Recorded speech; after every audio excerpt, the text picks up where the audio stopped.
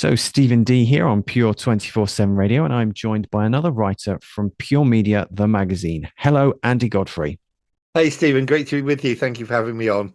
Excellent. So, you are obviously a regular guest on Pure 24/7 Radio. You obviously Yeah. regularly join Nathan Thomas for the movies, talking about movies. And that's actually what we're talking about today. So, let's start with what is it you get up to? Okay, so I work for an organization called Outreach UK. We are an organization that looks for people who have the gift of evangelists. We're all called to tell people about Jesus, but we look for people who have the gift. We take them in, we look after them, we care for them, we train them, we provide them with pastoral care and gospel literature. So that's what I do. I work in the east of England, looking after evangelists with an evangelistic organization. But I also am a film reviewer part time. I wish I could do it full time sometimes. I wrote a book a couple of years ago called Confessions of a Christian Film Critic. And as you say, with Nathan, I am on now. It's going to be every Thursday, I think, from now on, lunchtime, reviewing the new movies that are coming out. And I write for Pure Media. Yes. Speaking of pure media, you do two columns actually. And so Yeah. previously we've talked about Lifted, which is one of the columns, but today we're going to talk about In the Movies. So what inspires this? Obviously, probably your love of films. Yeah, I mean, I've been a lover of movies since I was taken to the cinema as a child to see a reissue of The Wizard of Oz.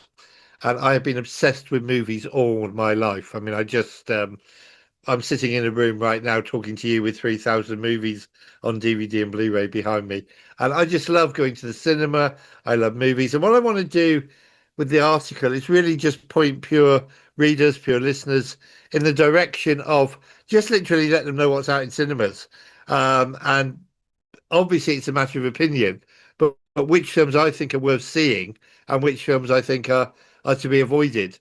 I mean, I always say to Nathan that if any listeners or readers have got queries, they want to go to the cinema, they want a night out, maybe they want to take the kids to the cinema.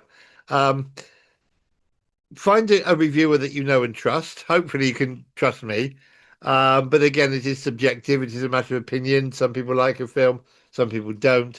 But I always say to people, go to the British Board of Film Classification website, the BBFC website. These are the people who decide what certificate a film should be.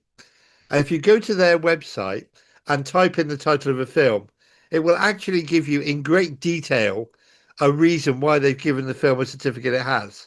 So it will tell you how many swear words there are. It will tell you where the swear words have come. It will tell you if there are violent scenes or sex scenes or graphic scenes. So I always say to people, be because Christians particularly, we want to be careful what we're seeing. We want to be careful what we're putting in front of our children. So I always say to people, just be careful. So the idea of the article in Pure Media each month is just say, look, these are the films that are out this month. Yeah. Simple as that, really. Yeah. And so looking at January, you said it looks to be quite a good month. Also, more than just January, you're looking at the whole year ahead, thinking about, well, what films we're going to have. And so, do you mind giving us an overview of some of the films in the cinemas during the month of January? Yeah, sure. So the big one, the really big one, was a film called Hamnet. And this came to the UK with rave reviews. It had been playing at European film festivals last year. It played at the British Film Festival last year. And the story was, and I had a friend who was at the screening, that there wasn't a dry eye in the house. So Hamnet, which we are told at the beginning of the film is interchangeable with the name Hamlet, uh, is Shakespeare's 9-year-old, 11-year-old son. He dies, and the film basically is about his father and mother coming to terms with the death of their 11-year-old child. It's a film about grief. It's a film about coping with the loss of a child. It's a film about coping with lack of money, lack of funds, and slowly becoming famous. And how do you handle that, as Shakespeare, of course, did? So it came with a lot of praise. One critic even went so far as to say, arguably one of the greatest movies ever made. Now, I went in to see it with a box of handkerchiefs, expecting to be crying and all the rest of it. And honestly, it's not the greatest movie ever made. I was a little bit disappointed. I found it was trying too hard to make me cry. And met other people, other film critics who said the same thing. But that is the big one in cinemas. It's going to win all the Oscars that it's coming out. So another film that's out in January that we are going to be focusing on in a future issue of Pure Media magazine is a film called H is for Hawk. Now, this is a life-affirming film. This is a film about again about grief. There's a kind of theme flowing through here. Um, it's a film about a Cambridge academic who 10 years ago lost her dad, and she and her dad used to go on adventures in the great outdoors. They used to go bird watching and visiting the countryside and having great adventures. She lost her dad.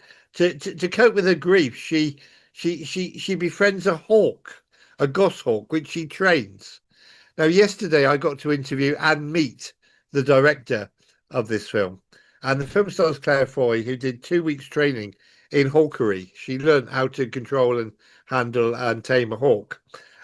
It's a lovely film. It's just, again, it's a tearjerker because we're dealing again with the subject of grief.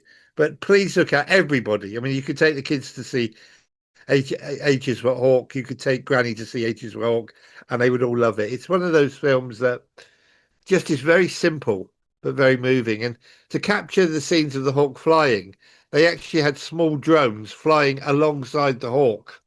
So you kind of almost get a hawk eye view of what's happening. It's a really, really lovely, lovely film. Also in cinemas at the moment, and I did think of you guys up there when I realized this was happening. Cinemas are currently re-showing the extended versions of the Lord of the Rings films. So Yay. we've got Fellowship, Two Towers, and Return of the King in cinemas at the moment, and they are the extended versions. So if you've never seen the Lord of the Rings films at the cinema, now is a chance. It's going to be all month that cinemas are going to be showing all three films, and really worth seeing on the big screen. So those are some films. However, my favourite film of the year so far is a song called "Song Sung Blue." Now, as you might expect from that title, this focuses on Neil Diamond. But it's not a film about Neil Diamond. It's a film about a couple in Milwaukee who, back in the 70s, 80s, 90s, formed a Neil Diamond tribute band. And they had to cope with great tragedy. She is involved in an accident, a real life accident that left her maimed, that left her really badly injured. He had a dicky heart, which eventually led to his death. Um, but again, a bit of a tearjerker, but again, a really uplifting film. The music is fantastic. Uh, the music is absolutely because it's Neil Diamond, Sweet Of course. Caroline Yeah. and Song Sung Blue and Hello Again and all the rest of it. The music is absolutely brilliant. So that is my favourite film of the year so far. And I said to Nathan last week on air that if it's not in my top 10 by the end of the year, there's going to be some fantastic films coming out. Those are the main ones, Stephen. Yeah. Yeah, excellent. So that's what people can read about in Pure Media the magazine. If they Yeah. head over there, they can read all about our in-house movie review. Let us know what films are in the cinemas for each month. So you'll be doing that in February, each month of the year. Well, we'll Yeah. see in December which films make your top 10, how good a set of films we'll be getting this year. So it's very exciting. It's good to look forward to these films. So thank you so much for joining us, talking My about pleasure. films and your column in Pure Media, the magazine, all about films. Highly recommend that people go and subscribe to the magazine. Thank you for Yeah. joining us. Thank you so much, Stephen. And God bless you and God bless everybody at Pure. Great to be talking to you. Thank you.